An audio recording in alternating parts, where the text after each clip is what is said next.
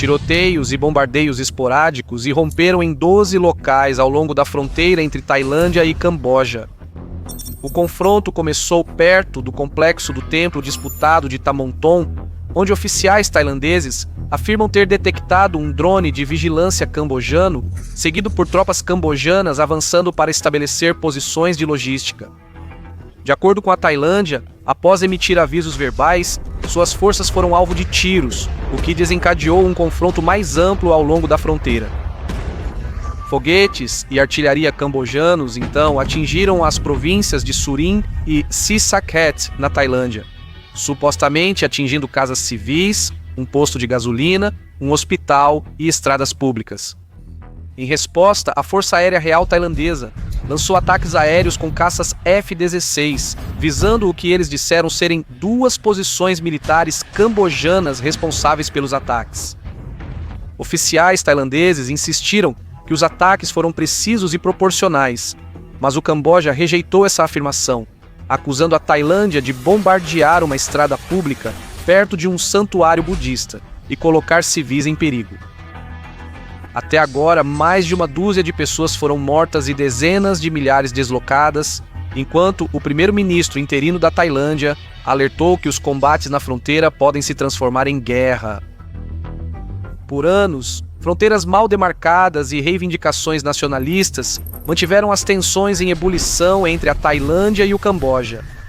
Mas este último round de combate é o pior em mais de uma década, empurrando ambas as nações para uma nova e mais perigosa fase do conflito. A periferia prende a respiração, sabendo que nenhuma linha em um mapa permanece silenciosa para sempre. Tornando isso mais complicado, é a crença dentro da Tailândia de que este confronto de fronteira faz parte de uma luta de poder mais profunda. A primeira-ministra Paetongtarn vem da família Shinawatra, que há muito tempo se opõe à elite militar realista, e muitos suspeitam que a crise está sendo usada como pretexto para removê-la do cargo. Isso não é tão absurdo quanto parece. A Tailândia teve 13 golpes militares bem-sucedidos desde 1932, além de pelo menos 9 tentativas fracassadas, tornando-a um dos países mais propensos a golpes no mundo. Lutas pelo poder entre líderes eleitos e o exército são quase um estereótipo. Paetongtarn foi suspensa do cargo, mas ela ainda pode fazer um retorno, o que pode explicar por que a Tailândia não está ansiosa para desescalar ainda.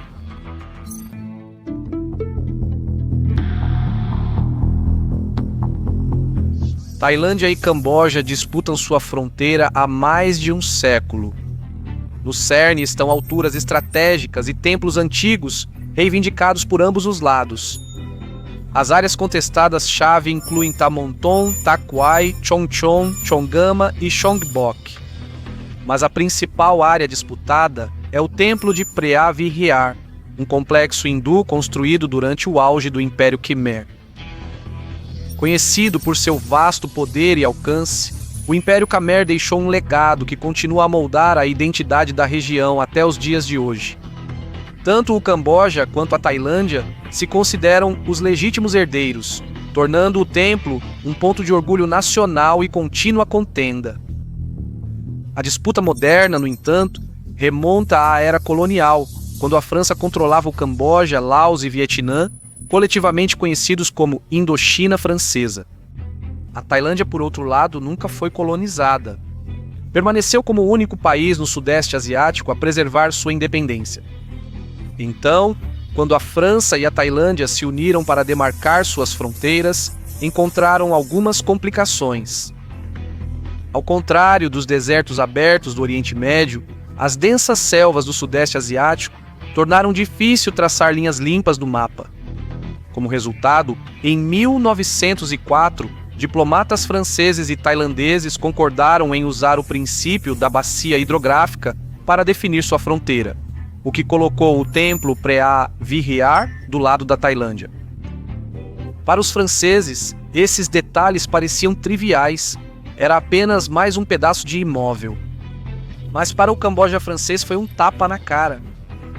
Então, alguns anos depois, após forte pressão dos cambojanos, a França ajustou unilateralmente a fronteira e emitiu um novo mapa em 1908. Desta vez, o templo Preah Vihear foi firmemente colocado dentro do território cambojano. A Tailândia se opôs informalmente, vendo a alteração como uma grave violação do acordo original. No entanto, sua liderança se envolveu em outros desenvolvimentos geopolíticos mais urgentes e, portanto, nunca iniciou uma reclamação legal. Em 1946, com o fim da Segunda Guerra Mundial, a projeção de poder da França estava severamente enfraquecida. Uma oportunidade para retomar seu país, os vietnamitas lançaram uma guerra pela independência. O conflito foi brutal e exaustivo, se arrastando por longos 7 anos. Então, em 1954, na Batalha de Dien Bien Phu, as forças francesas sofreram uma derrota decisiva. No ano seguinte, a França concordou em retirar todas as suas tropas do Sudeste Asiático. Vietnã, Laos e Camboja comemoraram ao se tornarem estados independentes. Enquanto isso, a Tailândia viu uma oportunidade própria e moveu tropas para as áreas disputadas ao longo da fronteira cambojana. Após recuperar suas referências, o Camboja levou o caso para o recém-criado Tribunal Internacional de Justiça em 1959. O Tribunal Internacional era uma instituição nova na época, criada para tornar a resolução de conflitos mais transparente, eficiente e acessível. Tanto a Tailândia quanto o Camboja concordaram que era mais econômico do que a guerra. Em 1962, após anos de audiências de ida e volta, o Tribunal Internacional finalmente tomou uma decisão. O templo pertencia ao Camboja. O fator mais importante nesta decisão foi que a Tailândia falhou em contestar o mapa francês a tempo. Muito tempo havia passado e a reivindicação da Tailândia foi considerada irrelevante. No entanto, embora o Tribunal Internacional tenha concedido o templo ao Camboja, não fez nenhuma decisão sobre a terra ao redor do complexo. E este é um exemplo clássico de como decisões legais nem sempre resolvem disputas do mundo real. A questão é que a cadeia de montanhas onde o templo está localizado forma uma fronteira natural entre a Tailândia e o Camboja, mas o próprio templo está situado no topo de um penhasco. O único acesso é pelo lado tailandês. Então, ao resolver uma disputa, a decisão inadvertidamente provocou outra. No total, a disputa sobre o templo Preah Vihear é apenas um ponto de conflito ao longo de uma fronteira muito maior e contestada. No total, existem 6 grandes áreas disputadas entre a Tailândia e o Camboja, muitas delas originadas dos mesmos mapas da era colonial e acordos de fronteira ambíguos. Das 6 áreas disputadas, 3 envolvem templos antigos semelhantes ao Preah Vihear, enquanto as outras 3 se concentram em alturas estratégicas que são valiosas tanto para o controle militar quanto territorial. Como resultado dessas disputas, as tensões entre Camboja e Tailândia inflamaram periodicamente, mais recentemente entre 2008 e 2011, quando conflitos eclodiram perto dos locais contestados. Um padrão que continua até hoje porque fronteiras não resolvidas não desaparecem, elas se agravam.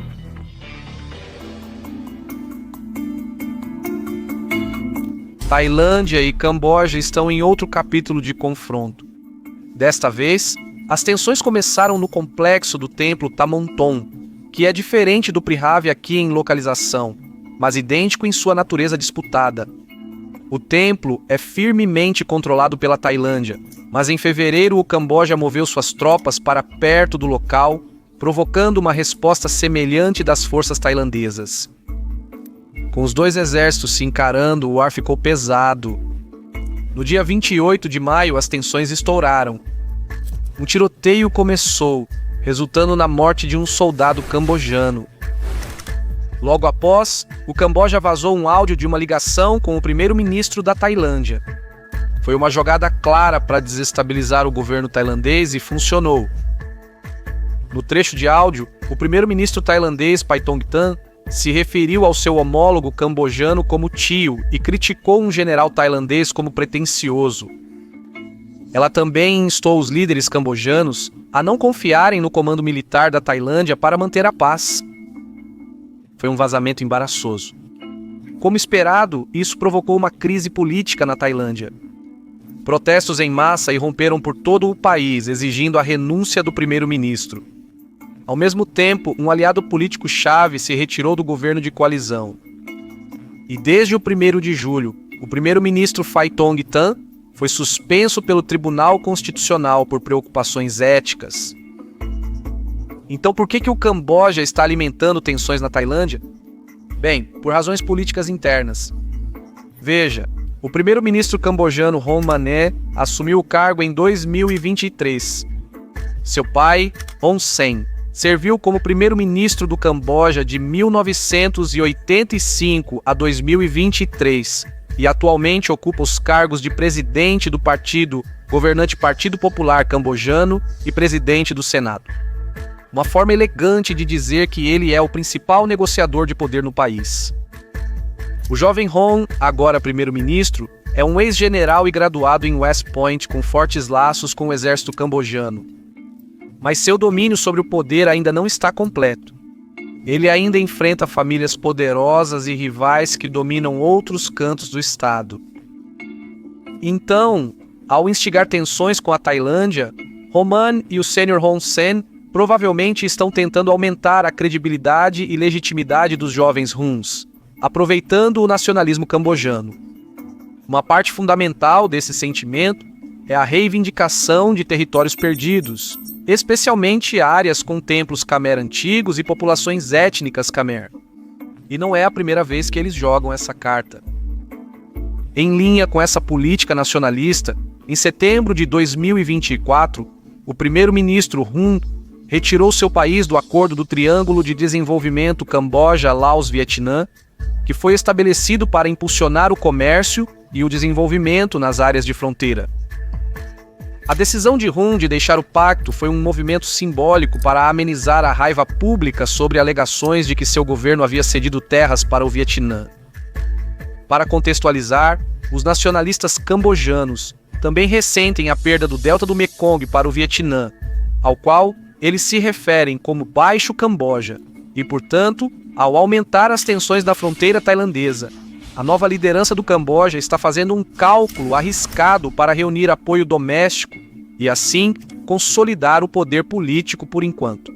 No entanto, é provável que os conflitos localizados de baixa intensidade continuem ao longo da fronteira, mas uma guerra em grande escala é improvável.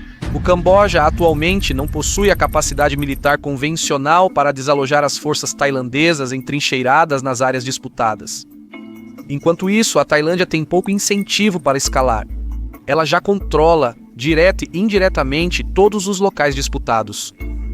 Além disso, ambos os países vão querer minimizar a perturbação do turismo, que representa cerca de 12% do produto interno bruto da Tailândia e 9% do Camboja. Portanto, as chances de uma guerra em grande escala são baixas. A Associação das Nações do Sudeste Asiático poderia intervir e mediar entre os dois. Mas a China detém muito mais influência, particularmente sobre o Camboja, que depende fortemente do apoio político, militar e financeiro chinês. Pequim lidera em investimento estrangeiro direto, tem acesso militar à base naval de Hainan e exerce influência sobre grandes projetos de infraestrutura, mais notavelmente o canal Funan-Teco. Este último é um projeto emblemático preparado para remodelar a paisagem estratégica da região. Fizemos um episódio separado sobre isso, vale a pena conferir, o link está na caixa de descrição. Caso o conflito comece a ameaçar a estabilidade regional ou os investimentos estratégicos chineses, Pequim poderia usar suas alavancas para pressionar Phnom Penh a evitar uma escalada maior. No entanto, a desescalada terá que ser recíproca, informal e sem compromissos escritos.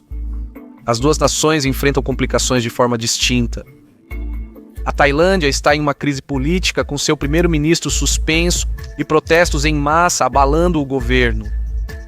Enquanto isso, o Camboja está em meio à consolidação do poder político sob sua nova liderança. A última coisa que qualquer um dos lados quer é parecer fraco em soberania.